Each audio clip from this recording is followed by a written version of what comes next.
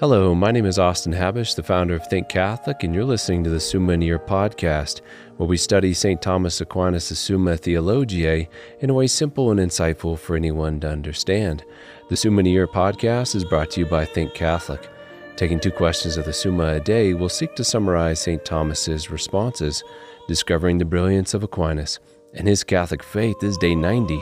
So let's get started. We're covering today questions 58 and 59 of the Prima Secundae, that is, how the moral virtues differ from one another, and of moral virtue in relation to the passions. The translation that I always use in these podcasts is one generously provided to me by Ave Maria Press, the 5-volume set translated by the Fathers of the English Dominican province, which you can now get at a discounted price from Ave Maria Press's site by typing in the code Summa 10. And so here we go. Article 1, whether every virtue is a moral virtue. We term those dispositions which affect the inclination of man moral virtues, for example, justice, temperance, courage, and the like.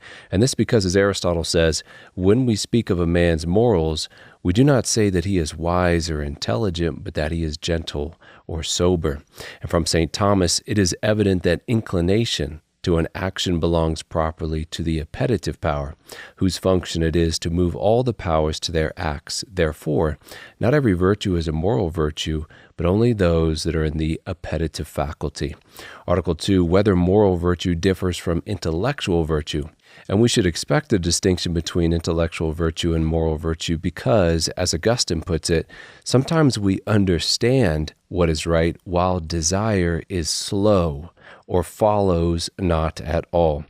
Therefore, those habits which dispose us to understand rightly are fittingly distinguished from those which dispose us to appetite rightly. The first category pertains to the intellectual virtues, wisdom, science, understanding, etc., and the second to moral virtues, justice, temperance, fortitude. And St. Thomas's words, accordingly, for a man to do a good deed, it is requisite not only that his reason be well disposed by means of a habit of intellectual virtue, but also that his appetite be well disposed by means of a habit of moral virtue. And so moral differs from intellectual virtue even as the appetite differs from the reason. Article 3, whether virtue is adequately divided into moral and intellectual. In a word from Aquinas, in man there are but 2 principles of human actions, vis-a-vis the intellect or reason and the appetite.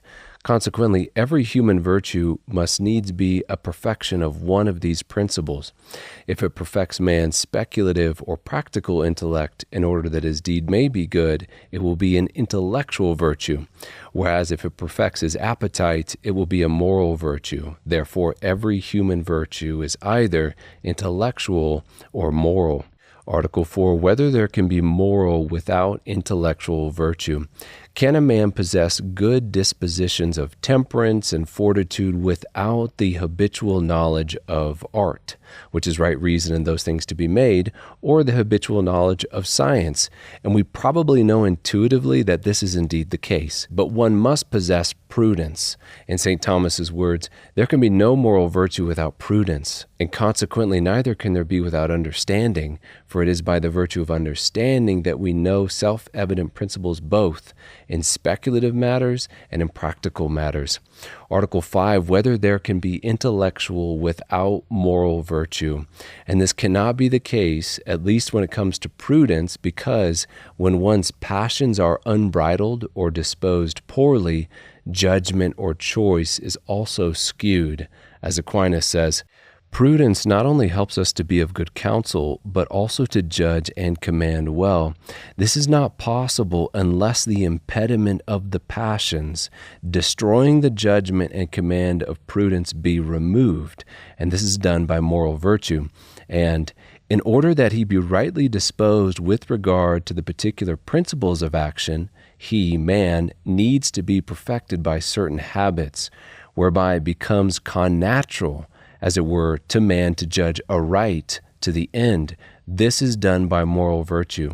For the virtuous man judges aright of the end of virtue because, such as a man is, such does the end seem to him. So one cannot have prudence without the other moral virtues, yet they could still have intellectual virtues like science or wisdom or art. And now on to question 59 of moral virtue in relation to the passions. Article 1, whether moral virtue is a passion, and the definition of a moral virtue given by Aristotle in this article is a habit of choosing the mean. The mean here means like the middle or not at excess against reason, appointed by reason as a prudent man would appoint it. And because virtues are habits and as appointed by reason, in Aristotle's words, they cannot be passions because passions simply follow upon sensual apprehension, which is not an act of the reason. Lastly, an important piece of the Aristotelian definition on moral virtue to keep in mind is that part of it is as a prudent man would appoint. Because the truth is, judging the correct means to our intended end is not always cut and dry. It's not always abundantly clear the course we ought to take, so we should keep an eye on the virtuous man, on the means that he takes, on how he decides things, the path that he chooses. Because if he is righteous, the righteous thing to do will bear a kind of connaturality, proportion to him, and therefore it will be attractive to him, this right course to take in a way that is not to be found in the unrighteous. So in all things we have to put on the mind of Christ, as St. Paul says, and ask, what path would Jesus Christ take in this particular situation? Article 2, whether there can be moral virtue with passion. Can one possess the virtue of justice and prudence even in the midst of passion? And the succinct answer given by Aquinas is the following. If the passions be taken for inordinate emotions, they cannot be in a virtuous man, so that he consent to them deliberately. But if the passions be taken from any movements of the sensitive appetite, they can be in a virtuous man, insofar as they are subordinate to reason.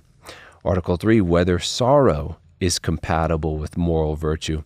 And not only is sorrow compatible with moral virtue, it can even be a sign of moral virtue, as St. Thomas says, moderated sorrow for an object which ought to make us sorrowful is a mark of virtue. As an analogy, imagine a man who never felt pain when he placed his hands on a hot stove top. We wouldn't consider that a good sign. That would be a bad sign. The virtuous man can and ought to sorrow for his past or present sins. He can sorrow for this fallen world around him. He can sorrow at the evils that are committed by others. And provided that this sorrow is moderate or not contrary to reason, it can actually be a sign of virtue, a sign that this man perceives actual evils as evil. Article 4, whether all the moral virtues are about the passions. In a sentence from Aquinas, reason directs not only the passions of the sensitive appetite, but also the operations of the intellectual appetite, which is the will, which is not the subject of a passion. Therefore, not all the moral virtues are about passions, but some are about passions, some about operations. In other words, temperance and courage are virtues about the passions, but justice is a habit of the will, and prudence is a habit of the mind. Therefore, moral virtues are not only about the passions. Article 5, in our last article, whether there can be moral virtue without passion.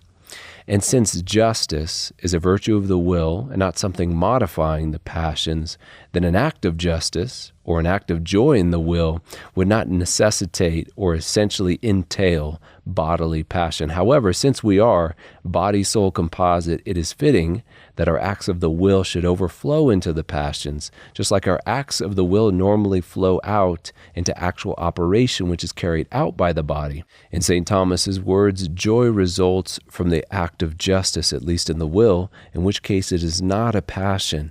And if this joy be increased through the perfection of justice, it will overflow into the sensitive appetite, insofar as the lower powers follow the movement of the higher.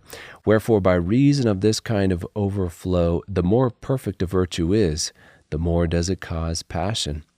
Which brings us to the end of another episode. We have just finished covering questions 58 and 59 of the Prima Secundae, that is, of the difference between moral and intellectual virtues and of moral virtue in relation to the passions. My name is Austin Habish with Think Catholic, and I cannot wait to see you tomorrow.